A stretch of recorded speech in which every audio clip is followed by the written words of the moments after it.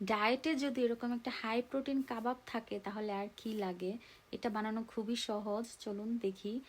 প্রথমে ভিজিয়ে রাখা মসুর ডালের সাথে গাজর, বিনস, মটরশুঁটি, পেঁয়াজ, কাঁচামরিচ, আপনার পছন্দ মতো সবজি আপনি এটাতে অ্যাড করতে পারেন, ক্যাপসিকাম অ্যাড করতে পারেন, আমার কাছে ছিল না এর জন্য দেইনি।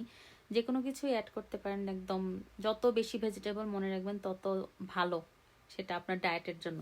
তারপর আমি লবণ, অল্প একটু মরিচের গুঁড়া আর অল্প একটু জিরার গুঁড়া দিয়ে এটাকে ভালোভাবে ব্লেন্ড করে নিব। আর এটাতে আমি দিব হচ্ছে ওটস ফ্লাওয়ার। ওটস ফ্লাওয়ারটা খুবই সিম্পল, আপনি জাস্ট ওটস নিয়ে ব্লেন্ড করে ফেলবেন। তো আমি এটাকে বাইন্ডিংয়ের জন্য ওটস ফ্লাওয়ার দিব। আমি মনে হয় হাফ কাপের মতো ইউজ করেছিলাম, মেপে দেইনি, চোখের আন্দাজে দিয়েছি। তারপর অল্প একটু অলিভ অয়েল দিয়ে এটাকে ভালোভাবে মেখে নিব। অলিভ অয়েল না থাকলে সয়াবিন তেলও দিতে পারেন, বাট অল্প পরিমাণে।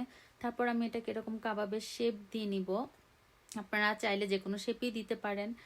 তারপর হচ্ছে সেটাকে আমি ভেজে নিব, অল্প তেলে প্যানে ভেজে নিব। আমি আবার তিনটাকে হচ্ছে প্যানে ভেজেছি, তিনটাকে হচ্ছে এয়ার ফ্রায়ারে দিয়েছি, জাস্ট দেখার জন্য কোনটা বেটার হয়। দেখুন আমার এইটুক থেকে হয়েছে হচ্ছে এরকম 6টা কাবাব। তো আমি দেখুন তিনটা হচ্ছে এরকম প্যানে একদম অল্প একটু তেল নিয়ে ভেজে নিয়েছি। আর এই তিনটা আমি দিচ্ছি হচ্ছে এয়ার ফ্রায়ারে।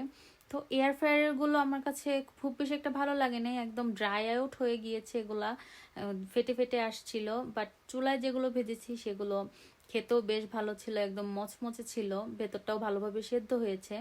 তো আমি এপিট ওপিট 4 মিনিটের মতো করে ভেজে নিলাম। আর আমি এটার সাথে নিয়েছিলাম এই দইয়ের ডিপটা, এটা কিন্তু এই কাবাবটা দিয়ে খেতে খুবই ভালো লাগে। এটা আপনি যদি রাতে খান তাহলে আপনার পেট একদম ফুল থাকবে, আপনাকে এটা ওজন কমাতে খুবই সাহায্য করবে, একবার ট্রাই করে দেখুন।